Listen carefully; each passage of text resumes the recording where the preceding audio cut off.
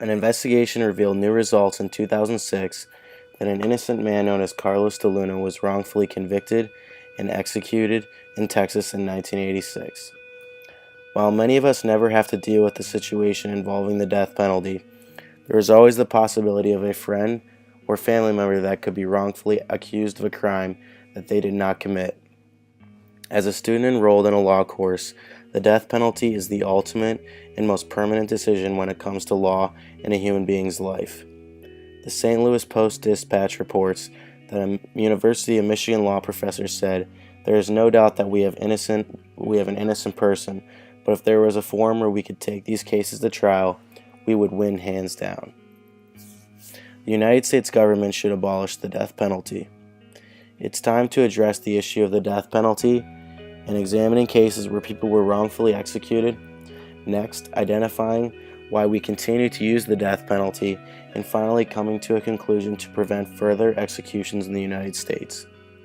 There have been multiple cases since 1976 where innocent people have been wrongfully convicted of crimes and executed.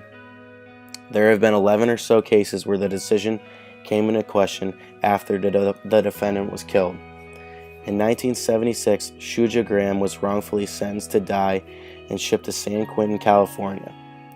Another recent case involved a Georgia man, Troy Davis, who was wrongfully executed in 2011. According to James 2011, Davis' execution was stayed 4 times for appeal since his conviction in 1991. The Supreme Court gave him a rare chance to prove his innocence last year, but rejected his plea. In 1972, in the case of Furman v. Georgia, the Supreme Court ruled that existing state capital punishment laws were applied in an erratic and often random manner. While many have been proven innocent after their death, we have to ask ourselves what is causing the death penalty to still be used today. There are 2 main reasons why the continuation of keeping the death penalty remains a viable option for criminal sentencing. One reason that the death penalty continues to be supported is that it provides closure for the victims' families. Stated by Ali Ferris 2013, many supporters of the death penalty say it's the only fair societal consequence for the perpetrators of the most heinous crimes and gives victims' families a sense of closure. A second reason is that it is argued to be the best answer for murder. If a murder is willful, then the willful deprivation of a victim's right to life, then the justice system's willful deprivation of the criminal's right to the same is even if overly severe punishment which fits the most severe crime that can be committed. We can save future innocent lives that will be lost by having the death penalty abolished.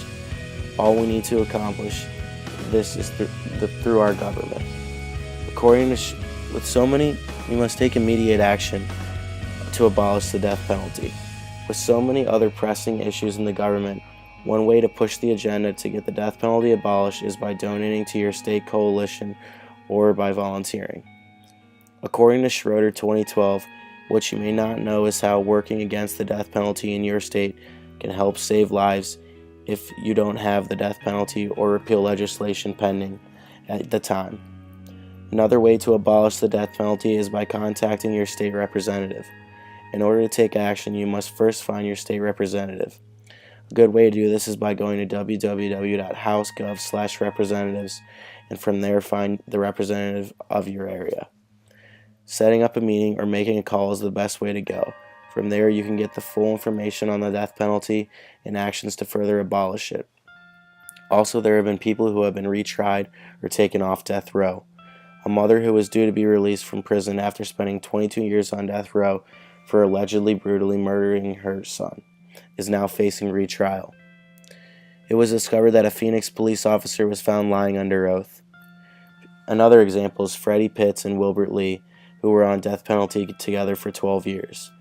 Although no physical evidence linked them to the murder of 2 white men, they were still convicted.